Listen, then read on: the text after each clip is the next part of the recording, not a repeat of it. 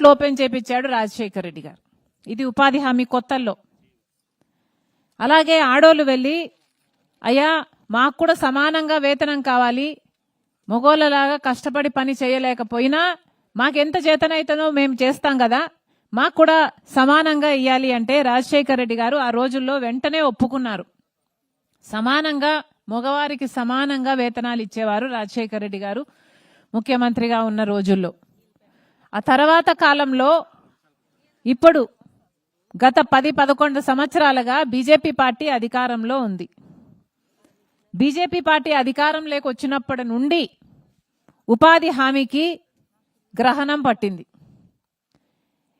ఈ పథకాన్ని ఎలాగైనా సరే నిర్వీర్యం చేయాలి అని బీజేపీ పార్టీ చూస్తుంది. ఎందుకంటే సంవత్సరానికి ఈ పథకానికి దేశమంతా 86,000 కోట్ల రూపాయలు ఖర్చు అవుతుంది. ఈ డబ్బంతా ఉపాధి హామీకి వివిధ రాష్ట్రాలకు కేంద్ర ప్రభుత్వం ఇస్తూ వచ్చింది. కానీ ఈ డబ్బు ఉపాధి హామీ పనిచేస్తే పేదవాడి చేతుల్లోకి వెళ్ళిపోతుంది తప్పితే బీజేపీ నాయకులకి కానీ బీజేపీ బినామీలకు కానీ ఈ డబ్బు పోదు. అందుకనే ఇది తగ్గించాలని చూస్తుంది బీజేపీ పార్టీ. అందుకే అదే పనిగా కుట్ర పన్ని మరి ఉపాధి హామీ పనిని నిర్వీర్యం చేయడానికే బీజేపీ పార్టీ పూనుకుంది. కాబట్టే ఇప్పుడు కేంద్ర ప్రభుత్వం మొత్తం డబ్బులు ఇవ్వదట. ఇది వరకులాగా కేంద్ర ప్రభుత్వం ఇవ్వదట. ఇప్పటి నుంచి 60% కేంద్రం ఇస్తుందంట, 40% రాష్ట్ర ప్రభుత్వమే పెట్టుకోవాలట. దీనికి ఒక కొత్త చట్టం తెచ్చారు.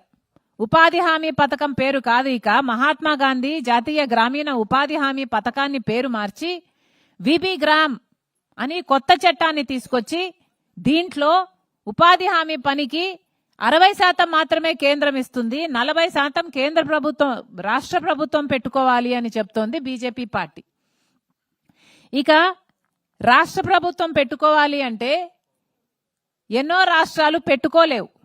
మన ఆంధ్ర రాష్ట్రాన్ని తీసుకున్నా మన ఆంధ్ర రాష్ట్రానికి కనీసం ప్రభుత్వానికి పనిచేసే వాళ్ళకి జీతాలు ఇవ్వడానికి కూడా సరిగ్గా డబ్బులు లేవు. ఇక ఉపాధి హామీ పనిలో 40% ఖర్చు పెట్టుకోమంటే మన రాష్ట్ర ప్రభుత్వం పెట్టుకోలేదు.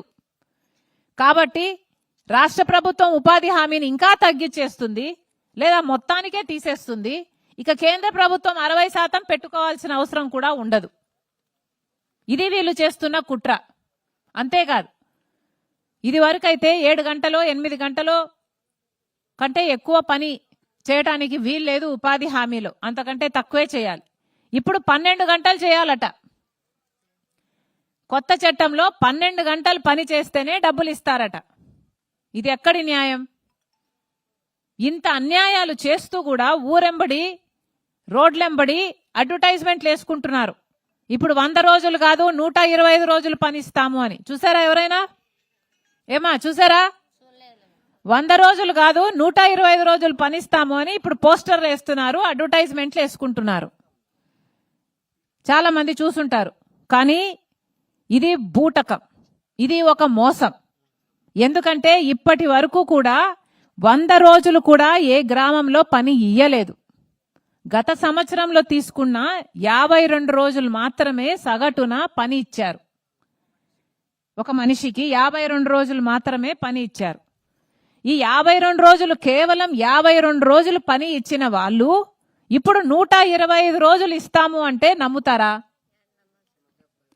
కనీసం 100 రోజులు కూడా పని ఇవ్వని వాళ్ళు 125 రోజులు పని ఇస్తాము అని పోస్టర్లు వేసుకుంటున్నారంటే ఎంత సిగ్గులేదనుకోవాలి వీళ్ళకి. అమ్మా 125 రోజులు పని ఇవ్వరు.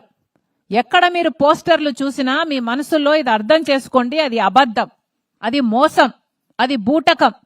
కేవలం మీ చేత వ్యతిరేకత రాకుండా ఉండడానికి ఉపాధి హామీ పథకాన్ని నిర్వీర్యం చేస్తున్నారు. మీ నుంచి వ్యతిరేకత రాకుండా ఉండడానికి మాత్రమే 125 రోజులు అని ప్రచారం చేసుకుంటున్నారు. కానీ ఇది పచ్చి అబద్ధం. 52 రోజులు మాత్రమే ఇచ్చారు పోయిన సంవత్సరం. 100 రోజులు కూడా ఇవ్వలేదు. 100 రోజులు కూడా ఇవ్వలేని వాళ్ళు 52 రోజులు మాత్రమే పని ఇచ్చిన వాళ్ళు ఇప్పుడు 125 రోజులు ఇస్తారు అని మిమ్మల్ని మభ్యపెట్టే ప్రయత్నం చేస్తున్నారు. ఈ కొత్త చట్టం ముమ్మాటికి పేదలకు వ్యతిరేకం. ఇప్పటికే పేదరికంలో అల్లాడిపోతున్నారు ఆంధ్ర రాష్ట్ర ప్రజలు. కానీ ఉపాధి హామీ పథకం కూడా తీసేస్తే ఇక మొత్తానికే ఆకలి చావులు చూడాల్సి వస్తుంది, పని లేక వలసలు వెళ్లాల్సి వస్తుంది. ఇది కాదు కదా మనకు కావాల్సింది. ఇది వరకు ఎట్లా ఉండేదమ్మా? ఉపాధి హామీ పథకం అంటే గ్రామ సభలు పెట్టేవాళ్ళు. గ్రామ సభలో గ్రామ పంచాయతీల మధ్య అందరూ గ్రామస్తులు ఉండంగా ఈ గ్రామంలో ఏం పని చేయాలి అని నిర్ణయించేవాళ్ళు. అవునా? మనం రోడ్ వేయాలనా, లేకపోతే బావి తవ్వుకోవాలనా, లేకపోతే పూడిక తీయాలనా, లేకపోతే చేన్లో వేసుకోవాలనా, పని చేసుకోవాలనా అనేది గ్రామ సభలు పెట్టి నిర్ణయించేవాళ్ళు. కానీ ఇప్పుడు బీజేపీ పార్టీ తెస్తున్న కొత్త చట్టంలో ఎలా ఉంటుందో తెలుసా? గ్రామ సభలకి అధికారాలు ఉండవట. వాళ్ళు నిర్ణయిస్తారట కేంద్రంలో ఎక్కడ ఏం పని చేయాలి అని. ఏ రాష్ట్రంలో ఎంత పని ఇవ్వాలి, ఏ జిల్లాలో ఏ పని ఇవ్వాలి, ఏ గ్రామంలో పని ఇవ్వాలి, అసలు పని ఇవ్వాలా పని ఇవ్వొద్దా, ఒకవేళ ఇచ్చినా ఎప్పుడు తీసేయాలి అన్నది మొత్తం అంతా కేంద్ర ప్రభుత్వమే చూస్తుందంట. అంటే ఇక గ్రామాలు బాగుపడే అవకాశం లేదు. గ్రామాలలో రోడ్లు వేసుకోవడమో, చేనులో పని చేసుకోవడమో, లేకపోతే బావులు తవ్వుకోవడమో, పూడికలు తీయడమో, లేకపోతే ఏదైనా పని చేసుకోగలగడమో ఇక గ్రామానికి అధికారమే ఉండదు. ఇప్పుడు ఎలా తయారవుతుందంటే బీజేపీ ప్రభుత్వం చేతుల్లోకి పోతే నోటిఫికేషన్ ఇస్తారట. అంటే అక్కడెక్కడో రోడ్డు పని జరుగుతుంది, లేదా ఒక ప్రాజెక్టు పని జరుగుతుంది, ఆ కాంట్రాక్టర్కి ఇచ్చాము, ఆ కాంట్రాక్టర్ కింద ఈ ఉపాధి హామీ పని అప్పచెప్తున్నాము. కాంట్రాక్టర్ పనిస్తే ఉపాధి హామీ పని ఉంటుంది, కాంట్రాక్టర్ పని ఇవ్వకపోతే ఉపాధి హామీ పని ఉండదు. అంటే ఆఖరికి ఎలా తయారు చేస్తున్నారంటే ఈ గ్రామస్తుల్ని ఆ కాంట్రాక్టర్ కు లేబర్ సప్లై చేసే యంత్రాంగంగా మారిపోతుంది. మన గ్రామాలు బాగుపడవు, మన గ్రామస్తులు బాగుపడరు, కూలీలు అంతకంటే బాగుపడరు. ఇది ఎక్కడి న్యాయమని కాంగ్రెస్ పార్టీ ప్రశ్నిస్తుంది. అమ్మా, ఇది రాజశేఖర్ రెడ్డి గారు ముఖ్యమంత్రిగా ఉండంగా ప్రారంభించిన పథకం కాబట్టే రాజశేఖర్ రెడ్డి గారి బిడ్డగా నేను ఈ పథకాన్ని కాపాడాలి అని మీ దగ్గరికి వచ్చాను. రాహుల్ గాంధీ గారు ప్రత్యేకంగా చెప్పారు, ఇది కాంగ్రెస్ పార్టీ ప్రారంభించిన పథకం, ఎంతో చిత్తశుద్ధి ఉంది కాబట్టే కాంగ్రెస్ పార్టీ పేదవాడి గురించి ఆలోచన చేసింది కాబట్టే ఆ రోజుల్లో పని అడిగిన 15 రోజుల్లోనే పని ఇవ్వాలి, పని చేసిన 15 రోజుల్లో పేమెంట్ అయిపోవాలి అన్న రీతిలో ఈ పథకాన్ని మొదలు పెట్టడం జరిగింది. కానీ ఇప్పటికే ఈ పథకాన్ని పూర్తిగా నిర్వీర్యం చేశారు.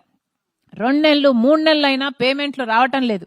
మీరే చెప్తున్నారు, ఎంత పని చేసినా కూలీ ఇచ్చేది 100 రూపాయలే అని చెప్తున్నారు. కనీసం మంచినీళ్లు కూడా ఇయ్యారంటున్నారు. రాజశేఖర రెడ్డి గారు ముఖ్యమంత్రిగా ఉండంగా ఆటో ఛార్జీలు ఇచ్చారు, మజ్జిగ ఇచ్చారు, మంచినీళ్ళు ఇచ్చారు. ఇంకా ఆడోళ్ళకి లేకపోతే ఎవరికైనా అస్వస్థత చేస్తే అక్కడ ఒక టెంట్ వేసి ఒక చిన్న మెడికల్ క్యాంపు లాగా పెట్టి వాళ్ళకి ఆరోగ్యానికి కూడా చూశారు. చిన్నపిల్లలుంటే చూసుకోవడానికి ఒక మనిషిని పెట్టారు. ఇంత అద్భుతంగా ఉపాధి హామీ చేస్తే ఈ రోజు ఎలా తయారైంది? ఇది అంతా లంచాలు, ఎక్కడ చూసినా కూడా అన్యాయమే. జాబ్ కార్డులు తొలగించేస్తున్నారు. ఒకటే సంవత్సరంలో అమ్మా, ఇటీవల కాలంలో 18.5 లక్షల జాబ్ కార్డులు తీసేశారు. ఒకప్పుడు రాజశేఖర రెడ్డి గారు ఉన్నప్పుడు 1,10,00,000 జాబ్ కార్డులు ఉన్నాయి. ఇప్పుడు ఎన్నున్నాయో తెలుసా? 65 లక్షల జాబ్ కార్డులే ఉన్నాయి. అంటే క్రమంగా తీసేస్తున్నారన్నమాట. అంటే క్రమంగా ఉపాధి హామీని చంపేయాలి అని చూస్తున్నారు. ఇటీవల కాలంలోనే 18.5 లక్షల జాబ్ కార్డులను తొలగించేశారు. ఇప్పుడు డిలీషన్ అయినాయి అని మొత్తుకుంటున్నారు అంటున్నారే, అందుకే. ఎందుకంటే జాబ్ కార్డులు ఎక్కువ ఉంటే పని ఎక్కువ ఇవ్వాలి, పని ఎక్కువ చేస్తే వాళ్ళకు వేతనాలు ఎక్కువ ఇవ్వాలి. ఆ ఖర్చు మిగిలించుకోవడానికే ఈ ప్రయత్నం అంతా. అందుకే కాంగ్రెస్ పార్టీ ఒక ఉద్యమం చేపట్టింది, ఉపాధి హామీ పథకాన్ని పరిరక్షించుకోవాలి అని. మీ పక్షాన కాంగ్రెస్ పార్టీ కూడా పోరాటం చేస్తుంది. కానీ మీరు కూడా చైతన్యం అవ్వాలి, మీరు కూడా చైతన్యవంతులుగా మారి మీరు కూడా అర్థం చేసుకోవాలి బీజేపీ పార్టీ చేస్తున్న కుట్రలేమిటి. ఈ కొత్త చట్టంతో మీకు న్యాయం జరగదు అని మీరు అర్థం చేసుకోవాలి. ఎక్కడికక్కడ మీరు అందరూ కూడా దీన్ని వ్యతిరేకించాలి. మాతో పాటు చేయి కలపండి, అందరము కలిసి ఉపాధి హామీ పథకాన్ని రక్షించుకునే కార్యక్రమం చేస్తాం. మరొకసారమ్మా, మీ పనులు మానుకొని మా కోసం వచ్చారు. ప్రతి ఒక్కరికి, ప్రతి అన్నకు, ప్రతి తమ్ముడికి, ప్రతి అక్కకు, ప్రతి చెల్లికి, ప్రతి అమ్మకు, ప్రతి అయ్యకు మీ రాజశేఖర రెడ్డి బిడ్డ శిరస్సు వంచి చేతులు